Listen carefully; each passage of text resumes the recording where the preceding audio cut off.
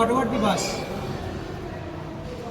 Of spiral के induction motor with contactor. जैसे इसके पहले हम लोग ड्यूल स्टार्टर का प्रैक्टिकल किए हैं, तो इसमें केवल मोटर क्लॉकवाइज दिशा में, इसमें हम मोटर को क्लॉकवाइज और एंटी क्लॉकवाइज दोनों तरीके से घुमा सकते हैं। इसका जो सर्किट है हम क्या करेंगे, सब दो सर्किट होता है, एक कंट्रोल सर्किट और पावर सर्किट। ड्यूल स्टार्टर में एक कॉन्टैक्टर यूज किए हैं हम, इसमें दो कॉन्टैक्टर यूज किए हैं, एक फॉरवर्ड के लिए दूसरा रिवर्स के लिए। और साथ ही इसमें दो पुश बटन का यूज करेंगे, जो एनो होगा, और एक पुश बटन का यूज करेंगे। जो दो पुश बटन का यूज करेंगे वह आपका एनो जो होगा, एक फॉरवर्ड के लिए और एक रिवर्स के लिए। तो आपको सबसे पहले हम कंट्रोल सर्किट को देखते हैं, उसके बाद हम पावर सर्किट को देखेंगे। सबसे पहले क्या करेंगे, हम ओएल आर में सप्लाई देंगे। ओएल आर से जो है हम इनसे पुश बटन होगा, इसमें पुश बटन है, उसको सप्लाई दिए हैं।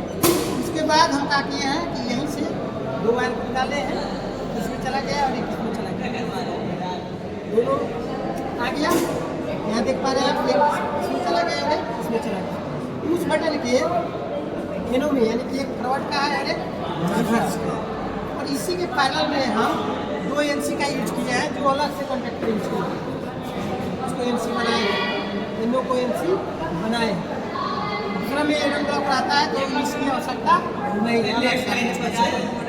अब क्या करते हैं हम इसको फॉरवर्ड और रिवर्स के लिए, फॉरवर्ड का जो एनो होगा उसमें कनेक्ट कर देंगे पैरेलल में, जो पुश बटन है। सेम वैसे ही रिवर्स के लिए हम एनो का यूज करेंगे, इस पुश बटन के ऊपर। अब क्या करेंगे, हम आगे आएंगे और उसके आउटपुट से जो पुश बटन का जो आउटपुट होगा, चाहे वो फॉरवर्ड हो या रिवर्स, दोनों का आउटपुट निकालेंगे। उसके बाद फॉरवर्ड का जो आउटपुट वाला पुश बटन का स्विच होगा, उससे हम रिवर्स कॉन्टैक्टर के एलसी में कनेक्ट कर देंगे। और जो रिवर्स का पुश बटन का होगा, उससे जो आउटपुट निकलेगा वो फॉरवर्ड के एलसी से कनेक्ट करेंगे, एक दूसरे को विपरीत करेंगे।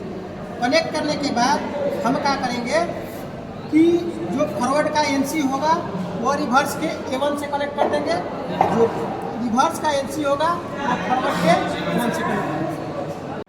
का कंट्रोल सर्किट है, इसका आज हम कनेक्शन करने जा रहे हैं। सबसे पहले एनसी का फर्स्ट टर्मिनल में एक फेज निकाल देंगे, और एनसी का दूसरा टर्मिनल और एनो का फर्स्ट टर्मिनल दोनों को शॉर्ट कर देंगे। एनो का सेकंड टर्मिनल से हम एक निकालेंगे और डेल्टा के एनसी में हम लेके जाएंगे। एनो का एनसी का सेकंड टर्मिनल से निकाल के मेन का एनो में हम लेके जाएंगे।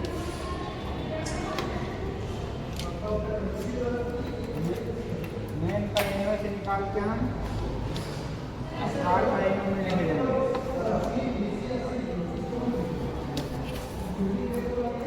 मेन का एनो का सेकंड टर्मिनल से निकाल के मेन का A1 में हम लेके जाएंगे।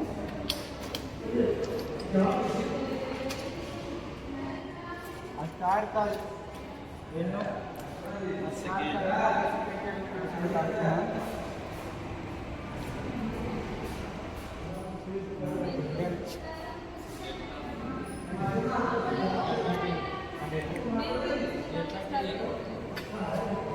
मेन का एनो से निकाल के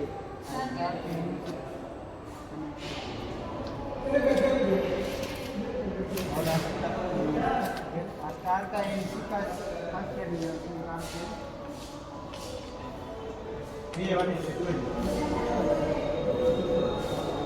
डेल्टा के A1 में लेके जाएंगे।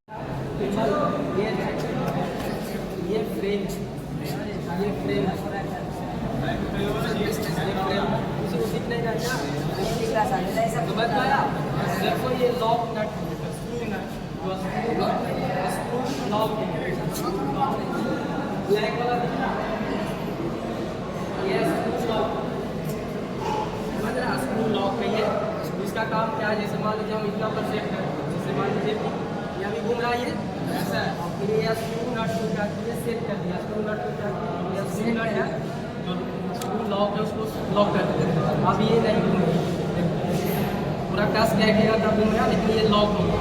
क्यों लॉक होता है? नंबरिंग मेजर करने के लिए, नंबर लेने के लिए कितना mm का डायमीटर, मेजर क्या करता है? किसी भी चीज़ का डायमीटर मेजर कर सकता है, आपका बाल का डायमीटर या 0.01 mm तक के डायमीटर को क्या कर सकता है? ये नाम क्या है? रेचेट। इसका पूरा नाम माइक्रोमीटर है, इसका पूरा नाम माइक्रोमीटर है। ये रेचेट है, ये थिम्बल है, थिम्बल स्केल है, ठीक है? ये फ्रेम है, ये स्पिंडल है, ये सरफेस मेजर है, या तो एन भी बोल सकते हैं, ठीक है? इतना समझ में आया? ये स्क्रू लॉक भी लॉक कर देता है, जब अनलॉक किया फिर क्या कर दिया, लॉक कर दिया। ये स्क्रू ब्लैक कलर का नहीं है, ये अनलॉक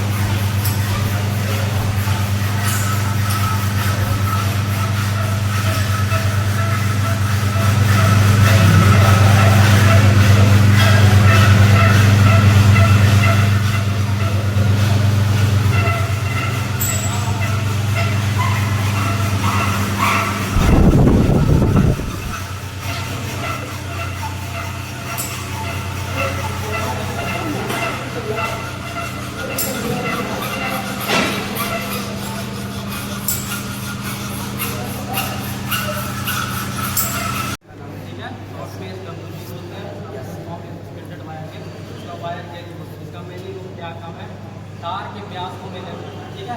तार का व्यास क्या होगा, कैसे करेंगे? देखो इसमें सब स्लॉट बना हुआ है, स्लॉट दिख रहा है? स्लॉट है, देखो इधर नंबरिंग भी किया गया, कितना mm का क्या व्यास है, तार है, इसको देखो नंबरिंग भी किया गया। मान लीजिए मेरे पास इस सपोर्टेड, मेरे पास एक कंडक्टर है, ठीक है? अब मेरे पास एक कंडक्टर है, कौन सा स्लॉट में ये जाएगा, इस स्लॉट का देखो क्या होगा, क्या होगा उसका व्यास क्या हो जाएगा, ये इसमें नहीं जाना, जा रहा है अगला वाला देखते चक्कर, इसमें भी जाना नहीं जाता, लेकिन बहुत ज़्यादा टाइम से जा रहा है। देखो इसमें क्या है ना, तो इसमें जा रहा है, क्या है 1.83 mm का क्या है, ये का क्या है 1.8 नंबरिंग किया गया। इसमें देखो बहुत दिक्कत से बने, ज़्यादा दिक्कत बने, इसमें मतलब फ्री नहीं जा रहा, ज़्यादा फ्री भी नहीं जा रहा, ज़्यादा कंजस्टेड भी नहीं होना चाहिए। ये क्या हो गया, इस mm का क्या हो गया, 1.8 mm का ये तार क्या व्यास हो गया, समझ रहा है? इसका काम समझ गया? Yes sir. तार का व्यास को मेजर करेंगे।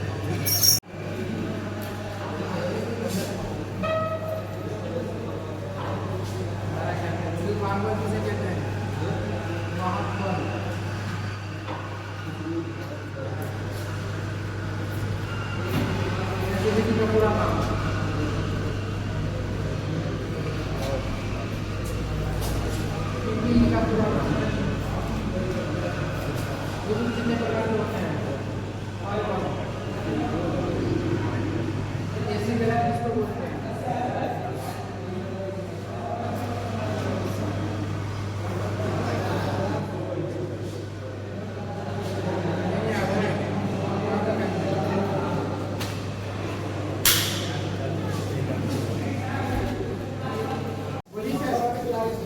स्टार्टर यह वैसी डिवाइस है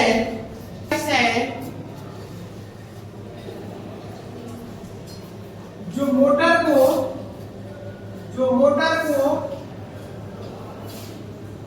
स्टार्ट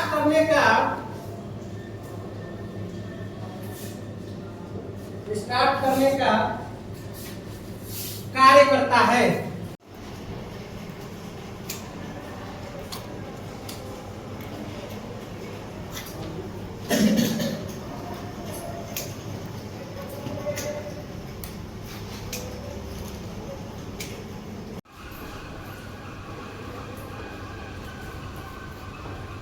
तुम लोगों को काहे ब्लैक बोर्ड को बुलाते हैं? जो तुम लोगों का अंदर बैठ रहा है वो निकल जाए, बाहर निकल जाए।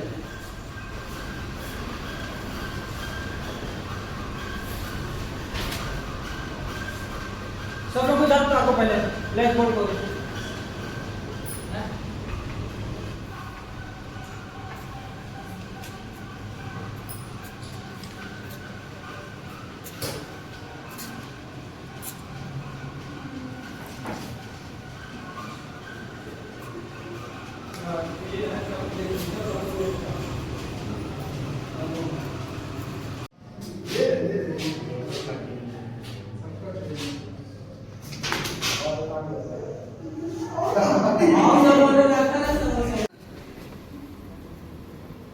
ये है माइक्रोमीटर। इसको मतलब इससे तारों का व्यास मापा जाता है और ये नट और बोल्ट के सिद्धांत पर कार्य करता है। इसका जो ये वाला भाग होता है इसे रेचेट कहते हैं। और इसके बाद है थिम्बल, जिससे मतलब ये इसको घुमाया जाता है। और इसके बाद आता है थिम्बल स्केल, जिससे कि यहाँ पे मतलब बताता है यह 0 से 50 तक होता है। इसके बाद होता है मेन स्केल।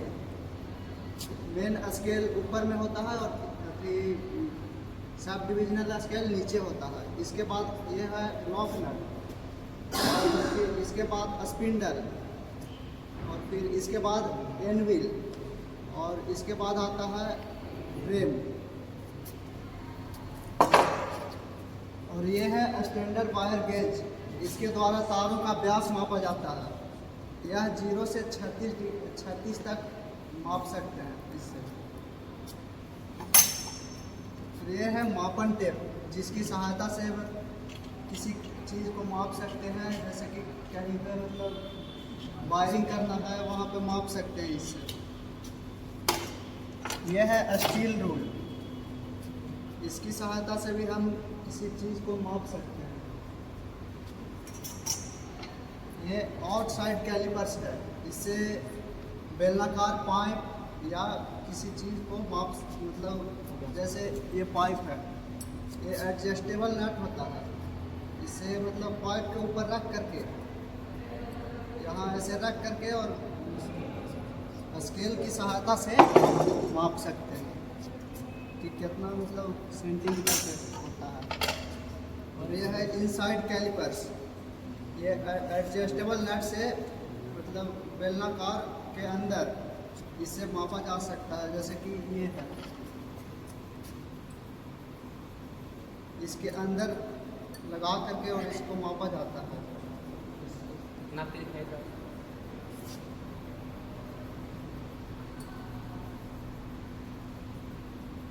इसके अंदर कर उसको कम करिए, उसमें इसको थोड़ा ओपन करिए, इसको टाइट करिए, ओपन करिए थोड़ा, इसका माप लीजिए।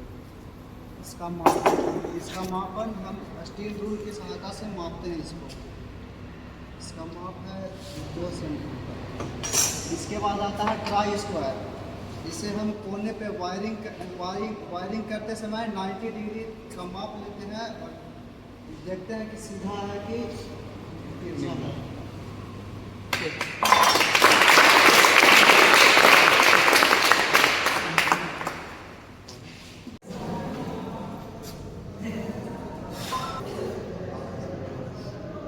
लिखिए 3 फेज इंडक्शन मोटर और सिंगल फेज इंडक्शन मोटर। हो गया। हो गया, सारे लोग का हो गया।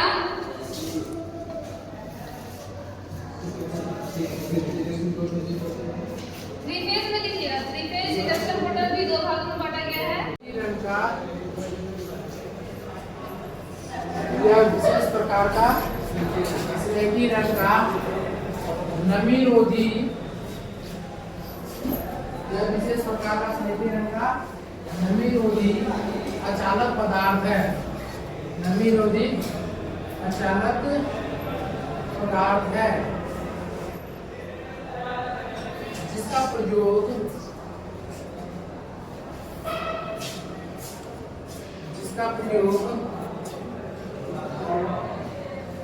वाइंडिंग करते समय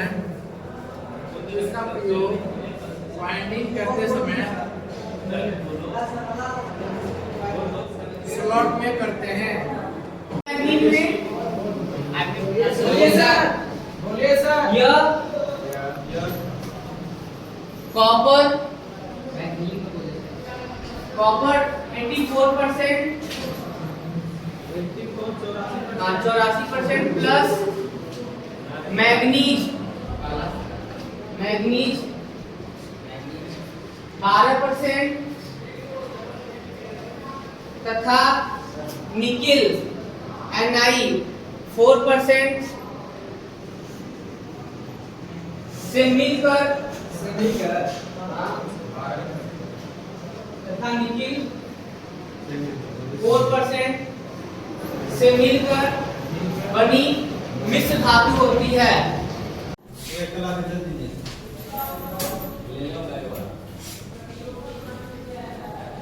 हो गया। आज देखिए ये जो चाहे रुपया कितनों रहे तो आपका अनुपात को देखना होगा। अब बच्चा जैसे हमको नहीं बता सका कि 100 कहाँ से लाए, तो 100 कैसे आया तो सब क्या है चालक, ये क्या है? ये सब धातु है, चांदी, कॉपर, एल्युमिनियम, सोना, टंगस्टन, जास्ता, ये सब क्या है? सब चालक है और सब धातु है। कंडक्टिविटी किसी में हाई होती है, किसी में कम होती है। जिसमें कंडक्टिविटी हाई होती है उसमें विशिष्ट प्रतिरोध का मान कम होगा, जिसमें विशिष्ट प्रतिरोध का मान कम होगा उसमें कंडक्टिविटी क्या होगा? और जिसमें विशिष्ट प्रतिरोध का मान ज्यादा होगा उसमें कंडक्टिविटी क्या होगा? कम होगा। तो वही हम लोग पढ़ रहे हैं कि कौन सा किसका चांदी का कलर क्या होता है, उसका ये कौन सा कलर होता है, वेरिएबल होता है, ये सब लोग पढ़ रहे हैं। उसका विशिष्ट प्रतिरोध का मान कितना होता है, कंडक्टिविटी कितना परसेंट होता है, वही हम लोग समझ रहे हैं। समझ रहे हैं आप लोग? तो फिर ये लिखो, जास्ता देखो,